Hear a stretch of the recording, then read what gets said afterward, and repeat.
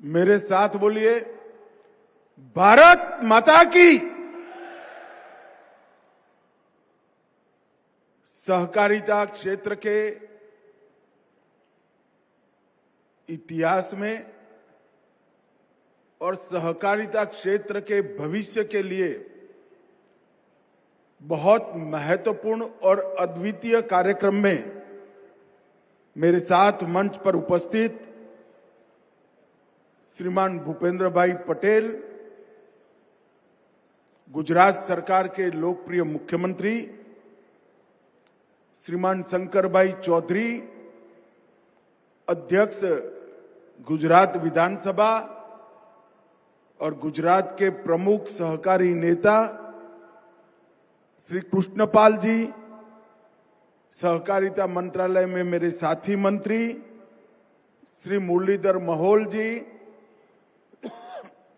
सहकारिता मंत्रालय में मेरे साथी मंत्री श्रीमान ऋषिकेश पटेल, उच्च और तकनीकी शिक्षा विभाग गुजरात के मंत्री श्री जगदीश विश्वकर्मा, सहकारिता मंत्री गुजरात राज्य, यहां के लोकप्रिय सांसद बकाभाई पटेल, श्री आशीष भाई भूतानी, सचिव सहकारिता श्री JM व्यास, कुलपति त्रिभुवन सहकारी यूनिवर्सिटी डॉक्टर मीनेश शाह, अध्यक्ष NDDB और भूतपूर्व अध्यक्ष इरमा, और आज गुजरात और देश भर से सहकारिता के अलग अलग क्षेत्र पर, राष्ट्रीय स्तर पर, राज्य स्तरीय और गुजरात में जिला स्तरीय काम करने वाले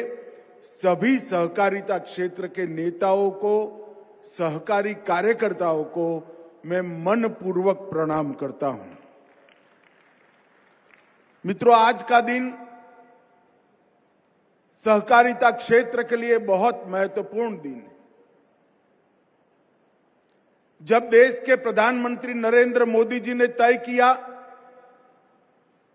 कि करोड़ों गरीब, करोड़ों ग्रामीण, उनके जीवन में आशा का संचार, उनकी आर्थिक समृद्धि के लिए देश में सहकारिता मंत्रालय की स्थापना की जाए, उसके बाद सहकारिता मंत्रालय ने राष्ट्रीय स्तर पर केंद्र में एक अलग मंत्रालय की स्थापना हुई। मंत्रालय की स्थापना के बाद चुने हुए देश भर के 16 सहकारी नेताओं के साथ मैं बैठा था। कई बार मीटिंग हुई, उन्होंने अकेले में भी कई बार मीटिंग करी और सहकारिता क्षेत्र के विकास के लिए, इसके संवर्धन के लिए और उसके सम विकास के लिए कश्मीर से कन्याकुमारी तक, हर राज्य के हर जिले की हर तहसील तक सहकारिता आंदोलन कैसे पहुंचे और उसके लिए क्या क्या कमियां रह गई और क्या क्या करना चाहिए, वो कारणों की एक सूची बनी, एक्शनेबल पॉइंट की एक सूची बनी और वो सूची के आधार पर कल 4 साल पूरे हो जाएंगे। मैं पीछे मुड़कर देखता हूं तो 60 नए इनिशिएटिव भारत सरकार के सहकारिता मंत्रालय ने लिए हैं और वो 60 के 60 इनिशिएटिव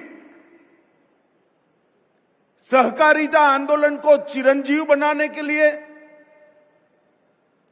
सहकारिता आंदोलन के समान रूप से विकसित करने के लिए, सहकारिता आंदोलन को पारदर्शी बनाने के लिए, सहकारिता आंदोलन को लोकतांत्रिक बनाने के लिए, सहकारिता के माध्यम से किसान की खेती के अलावे जो इनकम होती है उसको बढ़ाने के लिए और सहकारिता आंदोलन में मातृशक्ति और युवाओं की सहभागिता बढ़ाने के लिए है। मगर आज हम जो करने जा रहे हैं, वास्तव में तो आज मुझे नाम याद नहीं है, शायद सहकारिता मंत्रालय के ही कर्मचारी थे, लक्ष्मी नारायण स्वरूप में बैठकर उन्होंने भूमि पूजन किया।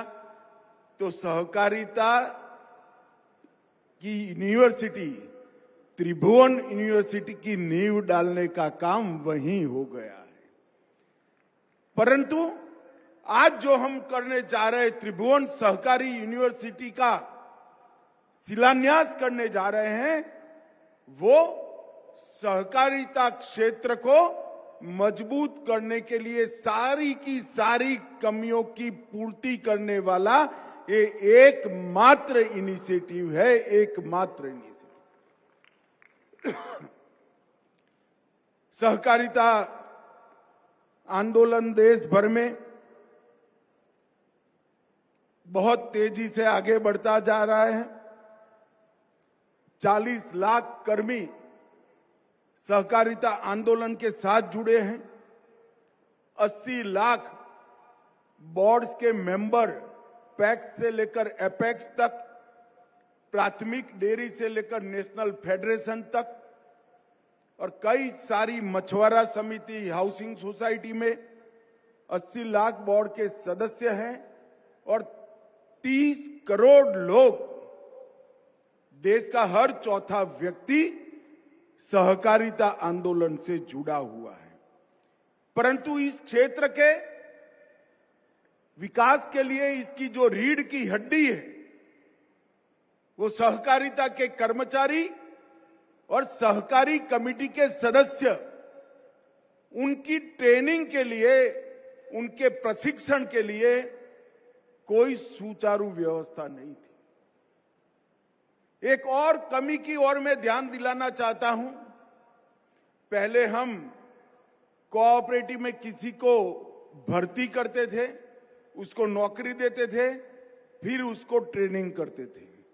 मगर अब ये यूनिवर्सिटी बनने के बाद जिन्होंने ट्रेनिंग की है, पढ़ाई लिखाई की है, उसी को ही नौकरी मिलेगी, इसके लिए प्रावधान हो जाए।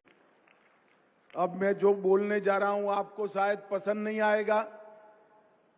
इसके कारण सहकारिता में जो भाई भतीजेवाद का आरोप था वो भी चला जाएगा। जो सहकारिता यूनिवर्सिटी में से बाहर निकलेगा उसी को नौकरी मिलेगी, इससे पारदर्शिता भी आएगी। और अनेक प्रकार के नए कोर्स, टेक्निकल तज्ञता तो आएगी ही, अकाउंटेंसी की तज्ञता तो आएगी ही, वैज्ञानिक अप्रोच तो आएगा ही, मार्केटिंग के सारी गुण वो सीखकर भी आएगा, परंतु साथ में सहकारिता के संस्कार भी सीखकर आएगा कि ये जो आंदोलन है देश की गरीब महिला के लिए है, देश के दलित के लिए है, देश के आदिवासी के लिए। इस प्रकार से कई प्रकार की समस्याओं का समाधान इस सहकारी यूनिवर्सिटी के आधारशिला रखने में।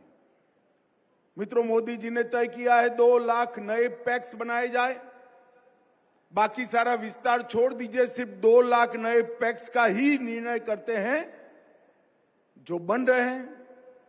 और मुझे विश्वास है कि इस वर्ष तक हम 60,000 बना लेंगे, तो 2 लाख पैक्स में ही 17 लाख कर्मचारी चाहिए। और कई सारी जिला डेयरियां बन रही है, कई सारी डेयरीज बन रही हैं। इस सब के लिए ट्रेन मैन पावर की जरूरत पड़ेगी, जो त्रिभुवन सहकारिता विश्वविद्यालय पूरा करेगा। आज यहां पर 125 एकड़ में 500 करोड़ की लागत से विश्व का पहला त्रिभुवन सहकारी यूनिवर्सिटी का आधारशिला रखने का काम किया। ये यूनिवर्सिटी कोऑपरेटिव में नीति निर्माण का काम करेगी, डेटा विश्लेषण का काम करेगी, 5 साल, 10 साल और 25 साल की देश भर के कोऑपरेटिव के विकास की रणनीति करने का काम करेगी। अनुसंधान को भी इस यूनिवर्सिटी के साथ जोड़ा गया है और सबसे बड़ी बात है, ये यूनिवर्सिटी सिर्फ सहकारी कर्मचारी पैदा नहीं करेगी, यहां से त्रिभुवन भाई जैसे समर्पित सहकारी नेता भी पढ़ लिख कर सहकारिता क्षेत्र की नेतृत्व करेंगे। और मित्रों, सीबीएसई ने शुरुआत की है। भूपेंद्र भाई विधानसभा अध्यक्ष और शिक्षा मंत्री तीनों यहां बैठे हैं।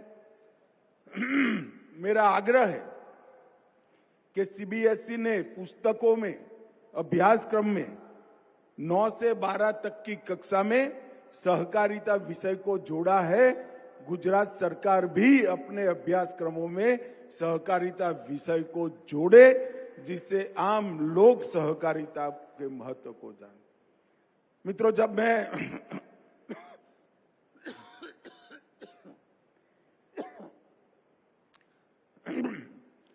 त्रिभुवन सहकारिता यूनिवर्सिटी का विधेयक लेकर खड़ा हुआ, उसके पहले अध्यक्ष जी ने मुझे चैम्बर में बुलाया। उन्होंने कहा कुछ कांग्रेस के नेता मिले थे, वो कह रहे थे कि इसका नाम त्रिभुवन क्यों रखा है। मैंने बोला ठीक है अध्यक्ष जी, अब उनका विरोध है तो मुझे जवाब देना पड़ेगा, क्या कर सकते हैं, ये तो सरकार का निर्णय है। मैं आज कांग्रेस के उस नेताओं को जवाब देने के लिए इस मंच पर बैठा हूं कि यूनिवर्सिटी का नाम त्रिभुवन सहकारी यूनिवर्सिटी क्यों रखा। शायद उन लोगों को मालूम नहीं था, त्रिभुवन ये ईश्वर का नाम से ये यूनिवर्सिटी नहीं रखा है, त्रिभुवन दास काशीदास पटेल के नाम से यूनिवर्सिटी का नाम रखा है। और मुझे कोई झिझक नहीं है, ये कोऑपरेटिव यूनिवर्सिटी जिसकी नींव पारदर्शिता, जवाबदेही, तज्ञता, अनुसंधान और सहकारी संघ भाव की, सहकारिता की भावना के विकास के लिए डालने का काम हो रहा है, उसके लिए त्रिभुवन दास पटेल से उचित व्यक्ति और कोई नहीं है, वो त्रिभुवन दास के नाम से ही। कांग्रेस के नेताओं को तो बेचारों को यह भी मालूम नहीं था कि त्रिभुवन दास जी मेरी पार्टी के नेता नहीं थे, त्रिभुवन दास जी कांग्रेस पार्टी के नेता थे। उस वक्त तो मेरी पार्टी की स्थापना भी नहीं हुई थी। यही त्रिभुवन दास जी है जिन्होंने पॉल्सन दिल्ली की दादागिरी के सामने सरदार पटेल के मार्गदर्शन में यही भूमि पर, यही वीर भूमि पर एक नया विचार का बीज बोने का काम किया।